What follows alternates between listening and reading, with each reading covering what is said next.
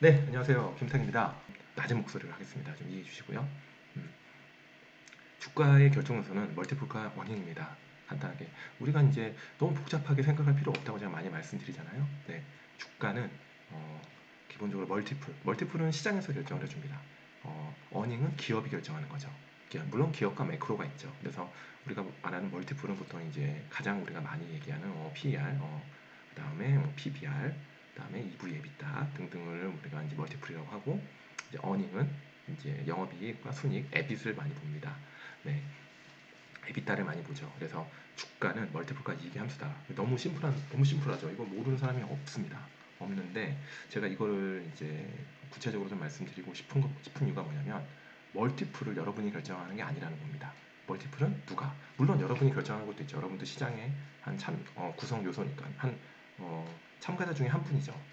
근데 이 다수의 시장 참가자들이 결정하는 게 멀티플이다. 그래서 2차 전지 멀티플이 최근에 많이 높은 게 시장에서, 물론 그거를 100% 동의하지 않는 분들 꽤 있고, 네, 저도 지금 2차 전지 멀티플에 대해서는 고민이 많지만, 그럼에도 불구하고 현재 2차 전지 멀티플이 높은 이유는 확실한 성장, 제가 강조드린 성장이 확실하다. 정부의 어떤 그 거버넌스의 팔리시에 따라서 성장이 확실하고 소비자의 어떤 그 트렌드는 변하지 않는다는 가정하에 이제 멀티플이 높은 거고요. 이거에 대해서는 갑론을박이 있을 것 같습니다. 그리고 이제 어닝의 함수로 조합돼서 이제 주가가 움직이는 거죠. 예를 들면은 우리가 지금은 필수 소비재들 멀티플이 굉장히 낮은데요. 예전에 2010년 초반, 2000중년에서 2010년 초반까지 이마트의 멀티플은 PR 25배가 넘었습니다. 예, 왜 그랬을까요? 그때는 유통회사, 필수 소비재에 대한 멀티플이 굉장히 높을 때입니다. 왜? 안정적으로 캐시카우를 창출하는 그런 비즈니스에 멀티플을 많이 준다. 그리고 어닝이 멀티플을 많이 주는 상태에서 어닝은 굉장히 확실하게 나오죠. 그죠? 굉장히 그 컨비션이 높다 보니까 주가의 레벨이 좋았던 거고. 근데 지금은 어떻습니까? 그런 유통회사들 멀티플이 매우 낮죠. 현대백화점이 지금 PR 5, 6배에서 왔다 갔다 하는 이유가 뭡니까? 시장에서 멀티플을 그렇게 안 주고 있는 거죠. 왜? 이제는 성장하기 어렵다. 그리고 온라인과의 경쟁에서 굉장히 지금 어려움을 겪고 있다.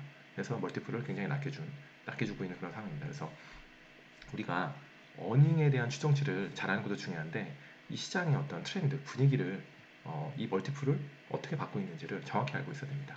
그러니까 우리가 지금 올해 AI 회사들의 주가가 굉장히 좋았잖아요. AI 회사들은 대부분 다 뭐가 좋았을까요? 어닝이요? 어닝은 적자가 많죠. 대부분 멀티플이 굉장히 높게 형성되고 있다. 왜? 성장성이 그만큼 큰 시장 자체가 워낙 커지고 있기 때문에 우리가 멀티플을 많이 주고 있는 그런 상황이다. 그래서 주가는 이렇게 멀티플과 어닝의 함수로 결정된다라는 거를 제가 조금 길게 설명을 했고요. 그러면 도대체 그 멀티플은 뭐냐? 그 멀티플이 그럼 PER, PBR, EV, EBITDA가 있는데 이거를 결정하는 요인이 뭐냐? 이렇게 봤을 때 펀더멘탈이 가장 큽니다.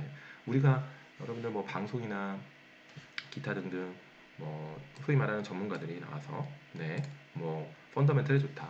여러분들 주식 좀 잘한다는 분들이 어떤 주식 괜찮아? 그러면 이 회사 너무 좋아. 이 A라는 기업 좋아. 왜? 펀더멘털 되게 좋아. 라고 얘기 많이 하죠. 그럼 펀더멘털 도대체 뭐냐? 라고 얘기하면 뭐지? 라고 얘기하는 분이 많습니다. 펀더멘탈은 저는 크게 네 가지로 구분하는데요. 비즈니스 모델, 보통 BM이라고 하죠. 그 다음에 산업 내 포지셔닝, 네. 그 다음에 재무 구조, 네. 그 다음에 우수한 경영진이 멀티플을 펀더멘탈을 결정하는 요인이다 라고 볼 수 있고요. 그 다음에 결정하는 요인은 여기에 바로 이제 그로스 레이트, 성장률이 있는 거죠. 성장률은 매출과 이익의 성장률. 그래서 이 펀더멘탈과 그로스 레이트의 조합이 멀티플을 결정한다 라고 보시면 됩니다. 우리가 소위 말하는 AI든 2차 전지든 뭐 바이오든 이런 그 산업군에 들어가는 회사들은 이 그로스 레이트가 좋은 겁니다. 성장률이 무궁무진해. 그리고 바이오는 지금 당장 성장률은 몰라도 이 회사의 BM이 너무 좋아. 이 회사가 하고 있는 지금 바이오텍이 향후에 무궁무진하게 굉장히 많은 캐시카우를 창출할 수 있어. 라는 게 이제 비즈니스 모델이 있는 거죠. 그래서 이 펀더멘탈과 그로스 레이트로 멀티플이 결정된다라고 볼 수 있고요. 자, 그러면 이제 우리가 집중해야 될 게 무엇일까? 네, 이 영상을 10분 내외로 하고 싶은데 시간을 잘 맞출 수 있을지 모르겠습니다. 지금 좀 지나고 있는데 어, 몇 분이라나요? 네, 오랜만에 영상을 찍었더니 몇 분이 되는지는 모르겠습니다. 계속 할게요. 네, 아니, 이게 뭐지? 자, 음, 지금 그러면 우리가 집중을 뭘 해야 될까? 이제 우리가 이제 주가라는 게 멀티플과 어닝의 함수라는 걸 배웠어요. 그죠? 우리가 다 알고 있는 내용을 제가 다 중원 부원했어요. 그러면 실제 주가, 액츄얼 프라이스, 뭘까? 타겟 프라이스. 우리가 목표라는 타겟 프라이스가 있어요. 지금 현재 A라는 기업의 삼성전자 주가가 뭐 7만 한 2, 3천 원, 7만 5천 원 내외에서 움직인다. 뭐 하이닉스가 지금 뭐 14만 원 이렇게 움직이는 게 실제 주가예요. 실제 주가입니다. 실제 주가는 어떤 함수냐? 타겟 프라이스. 우리가 목표라는 함수. 나는 하이닉스를 20만 원 보고 있어. 목표 주가를. 네, 이렇게 뭐 할 수 있죠. 이 목표 주가에 매크로의 상황. 하이닉스 나는 너무 좋아. 이 회사는 내년도에 바텀 상태로 20만 원 갈 거야. 근데 매크로가 지금 갑자기 엄청 안 좋아졌어. 갑자기 미국의 고용이 막 무너지고 우리가 생각하는 그 소프트 랜딩이 아니라 하드 랜딩이 왔고 경기 침체가 와. 그럼 이 매크로 상황이 받쳐지지 않으면 어떻게 될까요? 액츄얼 프라이스 내려가는 겁니다. 타겟 프라이스가 바뀌지 않더라도 타겟 프라이스는 나중에 레거드로 끌려 내려옵니다. 그 다음에 플로우, 수급. 네, 수급이 받쳐지지 않으면 또 이 액츄얼 프라이스가 좀 약간 저평가받을 요인이 있죠. 우리가 어떤 기업들 굉장히 거래가 안 되고 시장에 관심이 없는 종목들이 있어요. 그런 종목들은 굉장히 펀더멘탈이 우량한 것 같아. 그 다음에 밸류에이션도 너무 매력적이야 라고 하지만 시장에 관심을 받고 있지 않다는 건 뭐죠? 플로우가 안 좋다는 겁니다. 아무도 사주진 않아요. 여러분 혼자 사고 있는 거죠. 그런 회사는 언젠가는 장기적으로 펀더멘탈 수렴합니다. 주가는. 근데 단기적으로는 이런 매크로나 플로우, 수급 같은 변수에 영향을 받는다라는 겁니다. 그래서 제가 말씀드리는 건 타겟 프라이스는 조금 롱텀한 거고요. 액츄얼 프라이스는 좀 숏텀한 거죠. 그래서 우리가 이 숏텀과 롱텀의 이 밸런싱을 잘 맞추는 게 사실은 주식시장에서 성공하는 요인 중 아주 큰 부분을 차지하고 있다라고 저는 보고 있고요. 그 다음에 센티멘탈이죠. 심리가 안 좋다 이런 얘기 많이 하죠. 그 심리가 좋냐 안 좋냐 이런 것들도 우리가 굉장히 좀 고민할 필요가 있고 그 다음 모멘텀입니다. 모멘텀은 뭐죠? 굉장히 여러 가지 쏟아지고 있는 뉴스나 갑자기 어떤 그 새롭게 발견된 어떤 뭐 기술적인 가치들 있잖아요. 최근에 뭐 전자의 CXL 같은 거, 삼성전자가 지금 HBM이 너무 안 되다 보니까 갑자기 CX를 얘기합니다. 그래서 이건 뭐지 했더니 뭐 크게 별건 아니야. 뭐 붙이는 거야.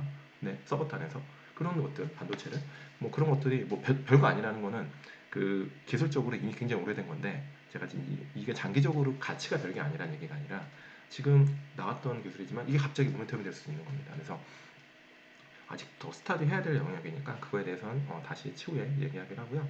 그래서 실제 우리가 집중해야 될 부분들은 이런 부분들이 있다. 이런 우리가 실제 현재 주가는 타겟 프라이스와 매크로 플로우 센티멘탈 모멘텀의 함수다. 이런 말씀 좀 드리고 싶고요. 그러면 이걸 좀 더 구체적으로 좀 말씀드리면요. 그 타겟 프라이스, 이 목표 주가는 우리가 통제 가능한 겁니다. 왜? 바텀업이니까. 여러분만의 방식으로 제가 계속 강조드리는 뭐 PER이든 PBR이든 EV, EBITDA든 아무튼 뭐 서머 파트든 뭐 DCF 모델 해도 됩니다. 뭐 제약주들은 많이 바이오주는 그렇게 하죠. 그렇게 해서 타겟 프라이스를 내고 그 다음에 우리가 통제가 또 가능한 부분들은 뭘까요? 이 센티멘탈, 이 경험을 통해서 우리가 지금의 시장의 어떤 그 심리 상태에 대한 직관적으로 아는 거죠. 그리고 모멘텀이 있습니다. 이것도 경험을 통해서 활용 가능하다. 하지만 우리가 통제가 불가능한 건 뭐죠? 탑다운이죠.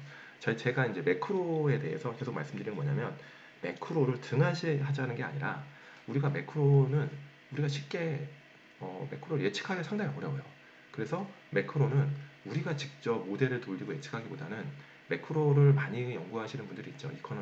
이코노미스트든 뭐 다양한 유튜버든 그런 여러분들이 많이 공부하고 쌓아놓은 어떤 그런 지식들, 그 다음에 어떤 데이터들을 우리가 활용하는 게 중요하다. 활용하되 우리가 이거는 이제 매크로가 어떻게 움직일지는 통제가 안 돼요. 그래서 제가 탑다운 방식의 이 투자는 상당히 어렵고 우리가 과연 계속 지속 가능하게 잘할 수 있을지에 대한 고민이 필요하다.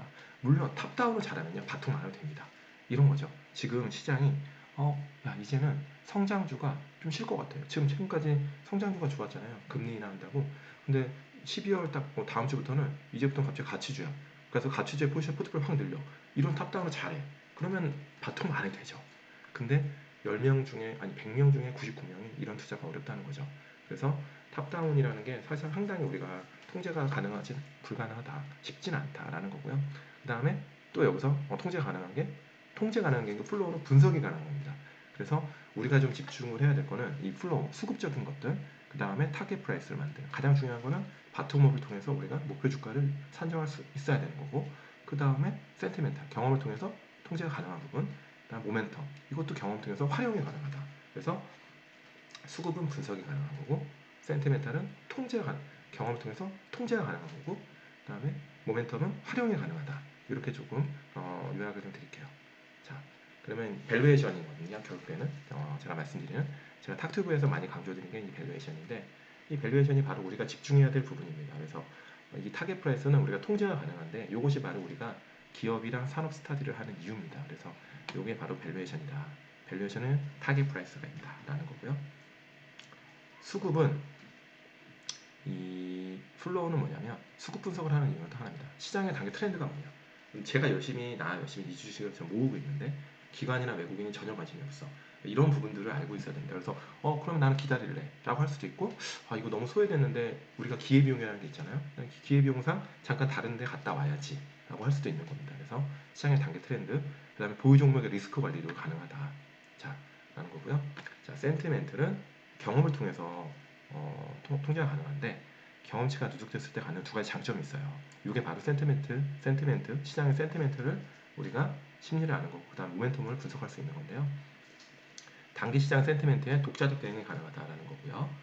두 번째는 이벤트가 발생했을 때 그 모멘텀을 우리가 활용할 수 있다는 겁니다. 그래서 어떤 뭐 공시나 어떤 수주 플로우, 어닝의 급격한 변화, 뉴스 이런 거를 우리가 신속하게 대응할 수 있다는 겁니다. 자, 우리가 여러분이 갖고 있는 종목의 단기 변화를 가져오는 트리거가 뭘까요? 우리가 장기 변화는 펀더멘탈이라고 합시다. 자, 장기 주가는 이 기업의 성장성과 이 기업이 굉장히 자생적으로 굉장히 굉장히 할 말을 많이 쓰네요. 제가 영상을 찍으니까 네네. 장기적인 성장의 어떤 곡선이 이제 이 회사의 장기 주가를 결정하는데 단기적으로는 이런 거죠. 뉴스. 아까 제가 말씀드린 새로운 기술적 변화와 관련된 뉴스. 그 다음에 애널리스트의 보고서. 그죠? 그 다음에 공시. 그리고 또 뭐가 있을까요? 뭐 소위 말하는 여러 가지 SNS에서 나오는 그게 텔레그램이든 유튜브든 거기서 굉장히 많이 회자되는 그런 어떤 하나의 단기적인 어떤 테마? 네, 이런 부분들이 단기 주가를 움직입니다. 그래서 이런 것들에 대해서 우리가 경험이 쌓일수록 이런 모멘텀을 활용할 수 있다. 그렇게 생각을 하고 있고요. 자, 그래서 밸류에이션이 중요한 게 뭐냐면 이게 지금 보세요. 애플과 도미노 피자의 장기 주가인데요. 지금 차이가 얼마나 나냐면 도미노 피자가 여러분들 2009년도에 시작했으면 투자를 도미노 피자가 6,500%고요. 애플은 2,500%입니다. 우리가 그렇게 빅테크가 많이 올랐다고 보지만 도미노 피자를 장기 투자했을 때가 훨씬 더 높은 성과를 기여했다. 이 매크로라는 무관했던 거죠. 그동안 여러 가지 이슈가 있었지만 그 다음에 펀더멘탈 결정 요인 중에 제 첫 번째 뭐라 그랬죠? 이 비즈니스 모델입니다. 제가 많이 강조드린 이 코스트코 이 사진인데요. 상해 매장 오픈했을 때 자, 코스트코는 어떤 회사냐? 이 펀더멘탈 이 비즈니스 모델을 간단히 말씀드릴게요. 제가 예전에 제가 영상에서 우리 담소 탕팀님들 다 소개를 드린 부분인데 한번 복습을 하면요. 여기 보면은 코스트코의 성장률을 보면 2021년도에 13% 정도 성장하고 GP 마진, 매출 총 이익률이 13% 정도 되고요. 영업이익률이 3.3% 정도 되는 회사입니다. 이렇게 한번 말씀드리고 이마트랑 비교하면 이마트는 매출 총 이익률이 26%, OP 마진은 1.4%. 자, 제가 이거 말씀드리면서 어떤 회사가 소비자들한테, 그러니까 주주들한테뿐 아니라 소비자한테 좋은 회사일까 말씀드렸는데 많은 분들이 헷갈려 하시지만 자, GP 마진이 이렇게 많이 갖고 있다는 기업이 좋은 겁니다. 그죠? 기업이 GP 마진은 매출액에서 매출 원가를 뺀 겁니다. 네, 매출 원가를 빼면 매출 총이익이 나오죠. 네, 이 매출 총이익을 이제 매출액으로 나눈 건데 요게 보면 요게 많을수록 뭡니까? 회사가 많이 남겨 먹는다는 거죠. 네, 코스트코는 13% 정도의 매출 총이익을 갖고 있는데 이마트는 26%. 회사가 매출 원가가 높은 거죠. 이거 비싸게 판다는 겁니다. 그죠? 근데 OP 마진. OP 마진 뭐죠? 주주들한테 떨어지는 이익이죠. OP 마진에서 이 밑단에서 이제 이자 비용 같은 걸 제거하면 순이익인데 아무튼 이 OP 마진이 굉장히 중요한 척도인데 1.4밖에 안 돼요. 그럼 중간에 엄청나게 빠지고 있다는 거죠. 비용부적인 부분이. 그 인건비든 뭐 광고비든 코스트코는 매출 총이익률 13% 정도인데 밖에 안 되는데 OP 마진이 3.3%. 여기서 비즈니스 모델이 다르다. 그 다음에 이건 동시에 사람 내 포지션도 다르다. 그래서 코스트코가 더 이 재무제표만, 이 인컴 스테이트만 봐도 훨씬 더 우월한 비즈니스 모델을 갖고 있다라는 거고요. 두 번째는 재무 구조인데요. 이 재무제표는 제가 영상에 지금 현재 메인 화면에 올려져 있는 건데 간단히 그 영상을 좀 활용하시면 될 것 같아요. 그래서 이런 부분 좀 스킵을 좀 하겠습니다. 그래서 그 영상 활용하면 자 내용이 있거든요. 그래서 이런 부분만 좀 말씀드리면 코스맥스가 연결 영업이익이 이렇게 좋아졌어요. 2012년도부터 18년도까지. 근데 연결 영업 현금 흐름, 그죠? 실제로 이 회사가 창출하는 현금 흐름 자체가 내려가고 있다. 요것만 봐도 지금 뭔가 이 회사의 고가는 빠지고 있구나. 왜 진짜 우리가 관리에게 지키는 이익과 우리의 고간에 쌓인 우리의 자본단에 에쿼티에 쌓이는 이익이 지금 반대로 가고 있다는 거죠. 이 회사는 그러면 지금 뭔가 실제로 캐시가 창출되는 게 아니라 회계상에만 이익이 창출되고 있고 요거는 결국에 뭡니까? 매출 채권이 일어나고 있다는 겁니다. 돈을 받지 못하고 있다는 겁니다. 그래서 실제로 보면 매출 채권의 연령을 보면 매출 채권의 어떤 소위 말하는 연령이라는 게 기간이에요. 그 얼마나 그 기간이 어느 정도 되는 매출 채권을 갖고 있는지 보시면 2018년도에 6개월 미만 14%고요. 1년 초과가요. 2014년에 8%였는데 이게 10% 11% 늘어나는 거죠. 그 다음에 6개월에서 1년 사이도 7% 4%였는데 15% 15% 이렇게 늘어나는 겁니다. 그래서 점점 매출 채권의 회수 기간이 길어지고 있다. 그러면 이 회사의 현금 흐름은 자연스러워 좋아지지 않겠죠. 그러다 보니까 그러면 회사가 아무튼 투자를 해야 되고 뭐 회사가 인건비도 줘야 되고 해야 되지 않습니까?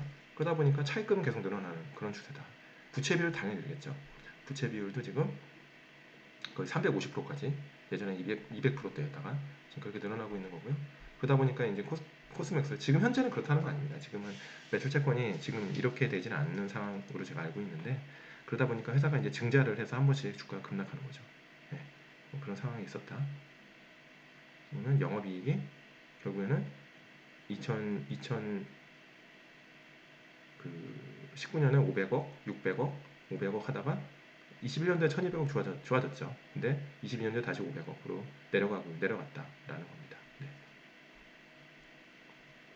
그리고 예전에 이제 조선주들, 지금은 조선주 이제 재무 구조가 많이 좋아졌지만 예전에 대우조선해양 미천구 공사대금 9.4조. 네. 근데도 회사는 괜찮다고 했죠. 계속 괜찮다고 합니다.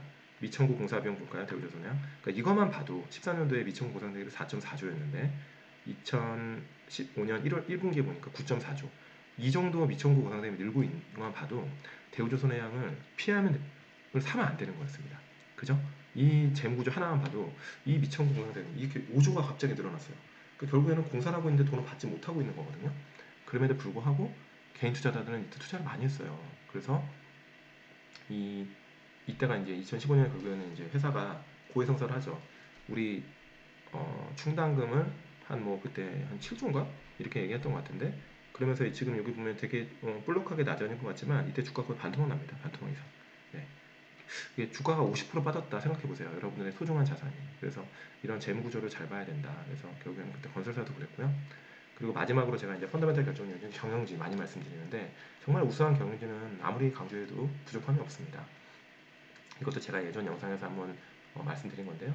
간단하게 몇 개만 말씀드리면 그 이베이가 마블을 불과 이제 4빌리언을 샀는데 이게 한 13빌리언의 가치가 있다. 까지 이제 기업 가치에 영향을 줬다는 거고 보세요. 구글이 구글맵 이 지도 회사를 불과 7천만 불에 샀어요. 근데 요 가치가 거의 28빌리언까지 된다라는 거고요. 또 구글이 정말 M&A 귀재입니다. M&A를 통해서 성장한 회사고 구글이 이제 안드로이드를 불과 5천만 불에 샀어요. 근데 요 가치가 100빌리언이 넘을 수 있다라는 거고 유튜브도 마찬가지죠. 네, 그죠? 구글이 유튜브를 불과 1.6빌리언에 샀는데 유튜브 가치가 지금 160빌리언이지만 이거보다 더 올라갔죠 최근에. 이게 작년 자료긴 하지만 이렇게 그다음에 구글이 또 더블 클릭을 3빌리언에 샀는데 이게 뭐 180빌리언이다. 뭐 애플도 마찬가지입니다. 애플도 지금 넥스트를 4억 불에 샀는데 이게 120억 불. 이 넥스트를 사면서 이제 스티브 잡스를 다시 영입한 거잖아요. 이렇게 좋은 M&A는 그 회사의 기업 가치를 굉장히 올릴 수 있다. 최근에 그 LIG 넥슨이 고스 로보틱스를 미국의 로봇 회사를 인수했잖아요. LIG 넥슨이. 그러면 주가가 많이 올랐는데 뭐 그거에 대해서 지금 이렇게까지 주가가 올라야 된다는 굉장히 갑론을박은 있습니다. 제가 이제 그거에 대해서 뭐 옳다 그르다 지금 주가 수준에 대해서 말씀드리는 게 아니고 그렇게 좋은 M&A는 굉장히 주주들한테 많은 수혜를 줄 수 있다. 그래서 결국엔 M&A는 누가 합니까? 경영진이하잖아요. 그래서 이런 좋은 경영진을 갖고 있는 게 펀더멘털의 결정력이 될 수 있다. 라고 말씀드릴 수 있겠습니다. 자, 여기까지 간단히 제가 영상이 좀 길어졌는데요. 네네. 짧게 하려고 했는데 오늘 오랜만에 주가의 결정 요인에 대해서 간단히 영상을 한번 찍어봤고요. 영국 브리스톨에서 영상 찍으니까 조금 느낌은 새롭고 제 얼굴이 안 나와가지고 아쉬워하는 분도 계실 것 같고 보기 시원하다 이런 분도 계실 것 같은데 다음에는 제 얼굴 나오게 라이브로 영국에서 한번 라이브로 찾아뵙겠습니다. 네, 그럼 저는 지금 나가봐야 돼가지고요. 여기서 인사드리겠습니다. 네, 좋은 일요일 저녁 되십시오. 감사합니다.